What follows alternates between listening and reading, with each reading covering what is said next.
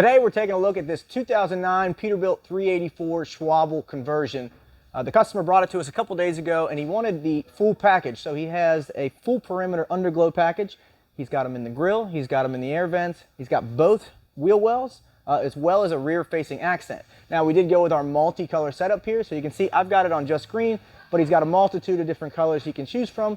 And he also requested that the grille and the underglow be on separate zones. So if I click zone 2, I can change the color of that one. I can also shut it off and leave on just my underglow. But that's not actually the best feature of these lights. He requested to have the left and right side tied into his turn signals. So what we did is we used our multicolor strips. It's an RGB plus a separate amber diode in that strip. Go ahead and turn off the multicolor here and hit the right signal. You'll see that entire bottom of the entire truck there from front to back light up with just amber. So he's got a small one up here underneath the bumper. He's got them between the wheels, and then he's got about 60 LEDs per side across the rear.